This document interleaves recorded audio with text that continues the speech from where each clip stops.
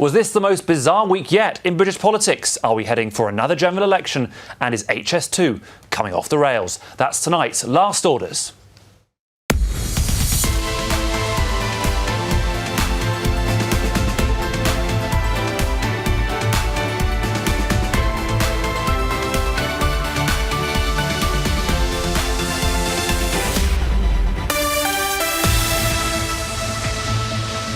Good evening, welcome to Last Orders with me, Joe Pike.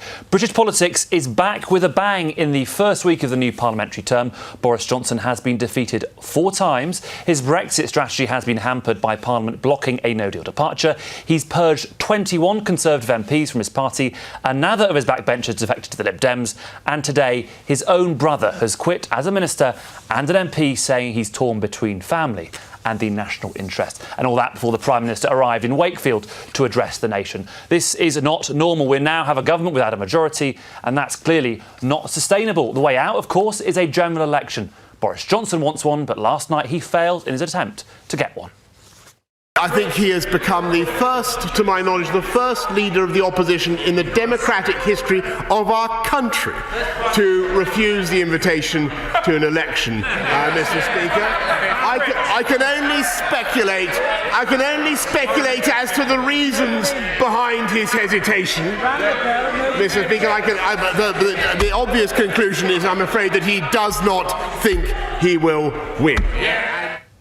Joining us tonight to make sense of the madness, Emma Hardy, the Labour MP for Hull, West and Hessle, Lee Rowley, who represents North East Derbyshire for the Conservatives, and Paul Scriven, Lord Scriven, the former Lib Dem leader of Sheffield City Council. Good evening to all of you. But first, let's get a flavour of the views of MPs from across our region on this week's Brexit battle. If someone says you can jump off a cliff with all of the damaging consequences in a couple of weeks' time, or we could put it off for 3 months, which would you like? I think the sensible course of action to take, given the damage that it would do to the country, is to put it off. I accept that we need ultimately to find a way forward. Most Labour members of Parliament don't want a deal at all. They want to stay in the European Union. They don't want to leave. There are some that are going to respect the results of the referendum, but most are doing everything they can to prevent a deal. They voted for Brexit. They voted for Brexit in my own constituency, and in 2017 I made the pledge, and Labour has been working on this since, that we will get and look to get a better Brexit deal than the Tories have managed over these 3 years, and that's what we're fighting for. But at the moment, our first job is to stop Britain being crashed out of the European Union with no deal in place. I completely understand why people in Grimsby voted to leave in the percentage that they did, and I've said that I recognise that result in my area, and that I will do everything to make sure that when it comes to delivering Brexit, that we do it, but we do it in a sensible way. It gives all of the power to the European Union, no say to the British. If you thought the backstop was undemocratic, well, quite frankly, it's an utter Labour Party-led surrender bill. What a week. Emma Hardy, Labour looking scared of an election? No, I think what Labour's doing is just not trusting our current Prime Minister. These aren't usual politics. This is not a usual Prime Minister. You can see that from the way he's treated his own brother, the way he treated the grandson of Churchill, a man that he claimed to admire so deeply, that when you're not dealing with usual politics, you have to act in an unusual way. And the fact is, we just don't trust him. So he can stand there and he can promise, and he can say, oh, well, I won't do it then, I'll do it later, and promise that it will come before the meeting with the European Council. But I don't believe him, and nor does the Labour Party. So your constituents in Hull, 67%, I think, voted for Brexit. He's trying to deliver it, and what's your party up to? I don't think he is. I mean, I think with him, what he's trying to do is he's trying to force some sort of populist Trump-style general election where he puts himself as somehow the champion of the people against what's happening in Parliament. That's what he's going to do, because if he was actually going to deliver on Brexit, why hasn't he put anything forward to the European Council? Why hasn't he actually look at bringing a deal to Parliament? He's brought no deal. There is no deal. There are no negotiations. There's just bluster, there's buffoonery, and there's a liar for a Prime Minister. So when do you want an election then? I want an election as soon as we've got this bill ratified with Queen's assent. So give us a date for that then. How long will it take to ratify? I would have thought within, what, a week, a couple of weeks, something. It's going to be sooner rather than later. I mean, how long? So it'll be before the 31st of October? That's not a decision I'll make, and I'm not unfortunately in the Labour leadership, so that's a decision for our leader, but I would have expected that it would be sooner rather than later, because we need to have it ratified first, because we don't trust him. They don't trust him, Lee, really? Well, we've got a choice to make here, and either we are going to deliver Brexit or we're not. The Prime Minister has said he wants to deliver Brexit. He has been consistent about that all the way through his leadership campaign and ever since he's been Prime Minister in July. And we've got MPs yet again trying to block that. They want to frustrate it. They want to delay it. The question is, what's all this delay for? We're now on, what is it, the third, fourth delay? And they have no idea where they're going. They have no idea what they want to do with it. And they're just going to keep kicking the can down the road. People are bored of this. They're frustrated and they're tired of it. And I support the Prime Minister. If Parliament doesn't fix this, the British people will. If Labour want to run scared on that, eventually we'll get an election and there will be a reckoning. But it's been a pretty disastrous first week back for Boris Johnson, hasn't it? It's probably we're in endgame on Brexit, and this problem with this Parliament is we have had a decision on Brexit in 2016, and the MPs from 2017 don't really want to respect it. So the end game was always going to be messy, and you made it disastrous. And I regret. Nobody's saying the last few days have been great. I would have preferred the last few days to actually have delivered Brexit or got us closer to delivering Brexit. Instead, we've got a bill on the table which pretends to stop no deal, but actually compels the UK government to accept anything the EU gives us. Now, that is not stopping no deal, that's stopping Brexit. But you wouldn't mind a no deal Brexit. The people of North East Derbyshire certainly didn't vote for that, did they? I've been clear all the way through. I would prefer a deal, but it has to be a deal that's in the interest of the United Kingdom, and that's why I voted against the previous one that Theresa May brought forward a few months ago. Now, I want to get a deal, and so does the Prime Minister, but the first rule of negotiations is you don't take things off the table whilst you are trying to get good deals. And what the Labour Party don't seem to understand, the Liberal Democrats don't care because they don't want Brexit, but the Labour Party don't seem to understand that if you cut people's knees off during the negotiation process, you aren't going to get a better deal. You make a point about voting down Theresa May's deal. You voted down, I think, three times in 2 years. And of course, there are other MPs in your party who've been here for decades, never rebelled until this week, and they've been chucked out. There's a big difference, and the difference is nobody likes breaking the whip. I don't break the whip lightly. I don't disagree with my party lightly. There's very little that I disagree with my party on. Elements of Brexit over the last year I have, and fracking and other areas like that. But fundamentally, I disagreed with a policy. What happened this week was a group of my colleagues, and I really don't understand their logic, decided to hand control of the Brexit process, firstly to Jeremy Corbyn. I'm in politics to stop that kind of politics, those things which will ruin and wreck our country. And then they voted to give control to the European Union. It's bizarre. Well, you voted against your own Prime Minister 3 times. You said, I think, to Theresa May, to her face in a meeting, stamina isn't a strategy, Prime Minister. Is tearing apart the party, as Boris Johnson seems to be doing, is that a strategy? Well, I regret very much where we've ended up. I'm very sad for people who are friends and colleagues, but we've got to be clear. The Conservative Party has a mandate and a requirement to deliver Brexit. I hope my colleagues will continue to support that, but if colleagues don't feel they can, we've still got to move on. We can't keep going round and round in the circle, which we've been doing forever. The Conservative Party will deliver Brexit. The Labour Party doesn't seem to want to. The Liberal Democrats are committed to reversing it. Lord Scriven, Lee Rowley's right, isn't he? You're enjoying this chaos. No, because I look back up in Sheffield and up in Yorkshire and Humber, I look at businesses, look at real people. This is about real people's lives. This is about jobs. This is about industry. There's no joy in the madness that's going on down here in Westminster. But you do want to reverse Brexit, don't you? Yes, look, the Liberal Democrats are clear. We don't agree with Brexit. We're clear, there's a principled stand, and people know if they vote for us what they're voting for. That's not the issue. This bill is not about necessarily stopping Brexit, strangely enough. What the bill that was passed is very clear. If by the 19th of October, Boris Johnson, who says that a deal can be easily done, comes back to Parliament with a deal that gets the command of the House, the deal is done. It doesn't stop it. That's what the bill actually says. It does. Let me finish, Lee. It does then go on to say that the other thing that it does is that the Prime Minister's prerogative is not to crash the UK out with a no-deal Brexit.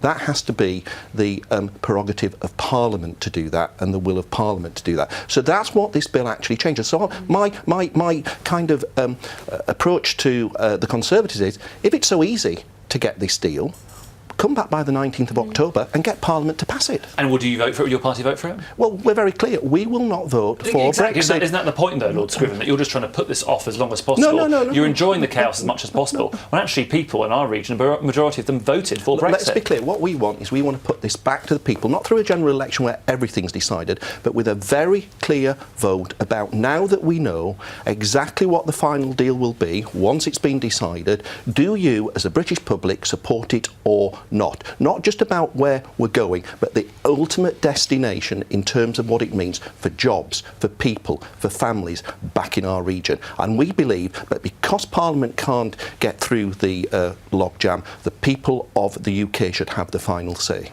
You're not looking convinced there, Lee Rowley? Well, I mean, it's just frankly ludicrous. I want the people to have a say, but I don't want the people to have this say in a general election. I want a Brexit deal, but I'm going to cut the United Kingdom's governance position out from under itself so it can't get a better deal. You know, fundamentally, we either believe in democracy or we don't. The people had a say in 2016. The government sent a letter to every single household that said they would implement what that decision said. And these guys are trying to stop it. And I just fundamentally believe, I got elected 2.5 years ago. I got elected with a clear mandate to deliver Brexit. I'm going to keep trying doing that. And Labour and Liberal Democrats really need to have a look at themselves about where they are with this. Does he have a point, Emma Hardy? Your position, your party's position seems very unclear. You're saying that Jeremy Corbyn could negotiate a better deal, but some in the leadership of your party are saying we'll have a second referendum and campaign for Remain. I think one thing that strikes me, and it's kind of astonishing really, is that you have MPs like Lee, who claim to be the biggest Brexit supporters in Parliament and champion it and talk about it an awful lot and get very passionate about it, indeed, have never voted for Brexit in Parliament. And actually you've got what you consider the more moderate Conservatives, and indeed some members of the Labour Party, who have actually voted for versions of Brexit, like Brexit 2.0, like Labour's version on Brexit, or even Theresa May's deal. But what is Labour's position on Brexit? I'm getting told that they're not as extreme, and I find this ludicrous that we have a situation where we have MPs claiming to be the biggest Brexit supporters in the world who have never actually voted for Brexit in this Parliament. Emma, that's just wrong. I voted for the Brady Amendment in January, which was the Prime Minister's deal as imperfect as it was. We would have left on the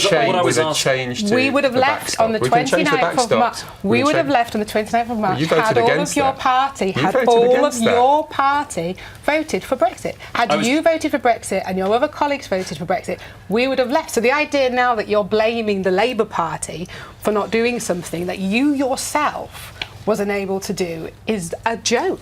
I was trying, though, Emma Hardy, to get clarification on Labour's position on Brexit. What is it? Well, what the Labour Party are saying at the moment is the first thing we want to do is to stop no deal going through. And actually, there was an amendment passed, which we seem to have skipped over, which said to the bill which went through, which was Melanie On and I can't remember the other MP's amendment, Stephen Kinnock's amendment, which was saying that what we're actually saying is the amended version of the bill is that final version of Theresa May's deal, which was never actually put towards Parliament, needs to come back. So if that deal comes back, are you then going to support Brexit? Emma, I mean, you've not really explained, though, what is Labour's position? Are you pro a second referendum? Would you be campaigning for Remain? Would Jeremy Corbyn get a better Brexit deal? Oh, I think Jeremy Corbyn absolutely would get a better Brexit deal, you're, because you're pro-Brexit in that sense. He wouldn't alienate the European Union in the way that Boris Johnson has. He wouldn't spend a summer winding them up and stamping his feet. So you don't want a second referendum? No, what we're actually saying is that we want to renegotiate something and ask people if that's what they want to accept. And how would you campaign in that referendum? So Jeremy Corbyn would renegotiate it. You would have a referendum on Jeremy Corbyn's deal. Yes. How would you campaign that referendum? Well, that would depend on what the deal is. Paul Scriven. You mean me, myself personally, or the Labour Party? I mean me, myself personally. Me, myself personally, depends on what the deal is. So you think some Brexit deal will be better than Remain? I think we've come to the point, and I think lots of people in the area where I've come to the point, and this is where I do have, some agreement with what Lee's saying, where people are tired and they want some kind of resolution to this.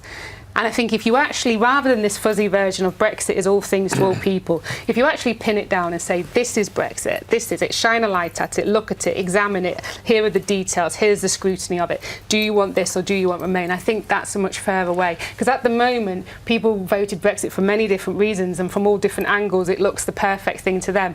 And I think having a referendum on a deal, on precisely this is what Brexit is, do you want it, is a much fairer, much more transparent way to go forward. You back Remain?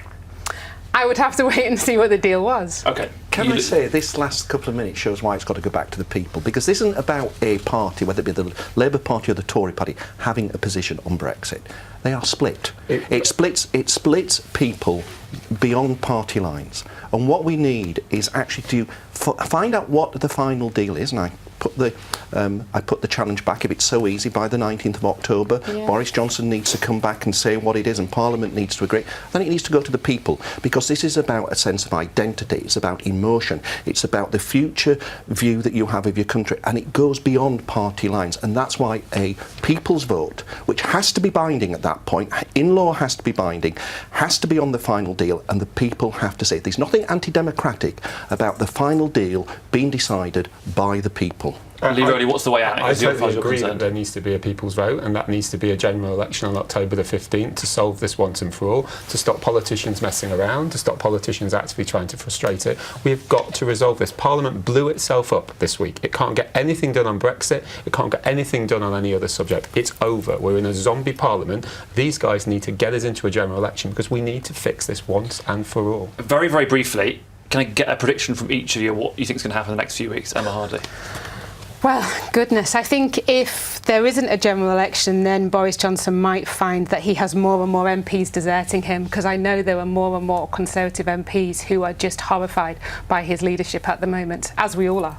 Lee Rowley? We need a general election, and I expect we will get one. This isn't sustainable. We're going to have to go there, and we're going to have to drag the Labour Party there because they're scared of the electorate, but we're going to get there eventually. Finally, Lord Scriven? The impasse will continue.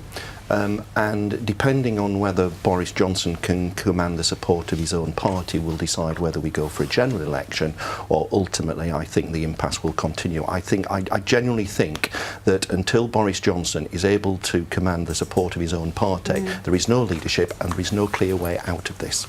OK, we'll leave that there for now. Let's move briefly away from Brexit and general elections to another thorny issue. The company charged with building HS2 has warned of a massive rise in its predicted cost and a 7-year delay to its likely completion. The rail link, which is ultimately meant to provide high-speed connections between Leeds and London, may need an extra £22 billion in funding, with the 2033 completion date for the Leeds leg now stretching possibly to 2040. Last month, the government commissioned a full review into the viability of the project, and today it caused a heated debate in the House of Commons. Continually locking billions of pounds into ever-delayed, ever-escalating projects for cities, whilst towns like ours in Castleford and Pontefract have inadequate trains, overcrowded, the old pacer trains, no disabled access to our trains, and once again we're just expected to accept a trickle-down benefits many decades into the future. It's not good enough. I've always been against this. I've been reviled by ministers when I've said it's going to end up at 100 billion. I wanted the investment in a network across the north of England in preference to this.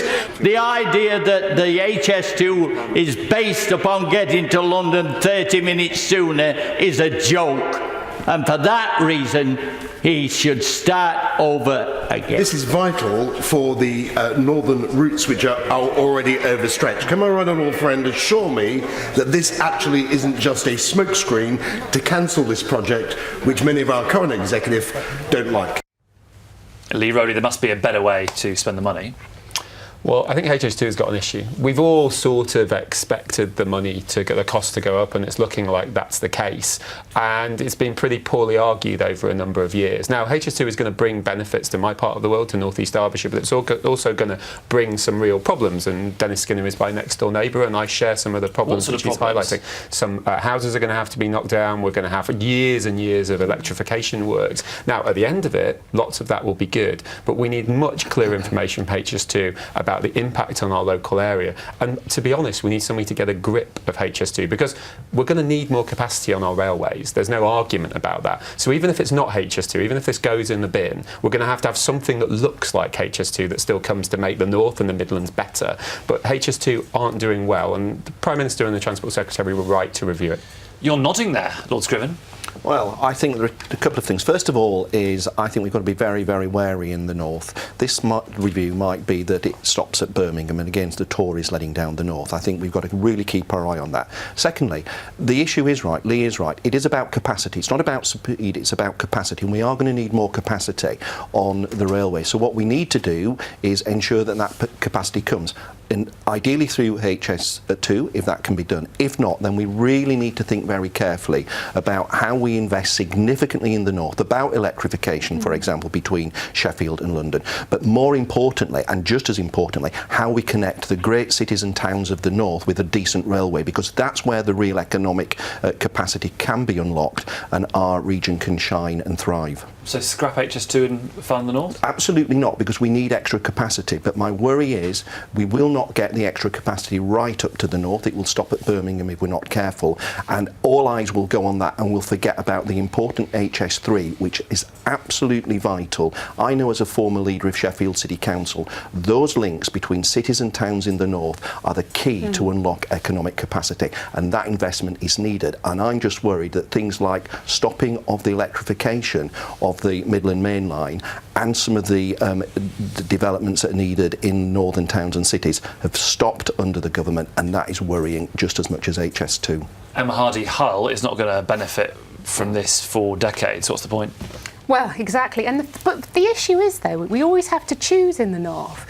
Just as the question that you just answered illustrated it, HS2 or HS3, do we get HS2 or this or something else in the North? Why do we have to choose? Why does the North always have to choose when areas in the South manage to get Crossrail plus something else all the time? And that's the big frustration. Why can we not have HS3 linking together the northern cities in the way that's just been mentioned? It's expensive, and HS2, isn't it? Who's going to pay for it? Well, why shouldn't they pay for it? The North has waited long enough for proper funding from this government. But it's going to cost £100 billion. But why shouldn't the North get it? Why doesn't the North deserve it? All the time it feels like we're sort of picking up the crumbs chucked over from the government's table. I'm not saying that the area doesn't deserve it, but it's very, very expensive, isn't it? But everything is very, very expensive when it comes to rail transport. But they find the money for it for London, so why not find the money for it for the North? As far as I know, HS2 is still going until something changes. Northern Powerhouse Rail is coming. There's a whole rejuvenation. There's a whole rejuvenation of the track and the railways and the rail that are coming. So we've got a huge amount going to the North. But where I agree with Emma is we've got to shout louder for the North and the Midlands, where I'm from, because we need more of this. We need more infrastructure spending, and I think it's good that we're getting a lot of that. But we need to do more, and hopefully we can do more on a cross-party basis. So all of you do support keeping HS2 going? I'm not sure. Yes or no? I'm not sure. You're not sure? See where the review goes. My view is as long as there's open and transparent understanding of costs and benefits, I will, but we've got to leave that there. Sorry, Lord Scriven, to interrupt you. That's it for tonight. Thanks again to my guests. We're back next month, possibly after general election. Good night.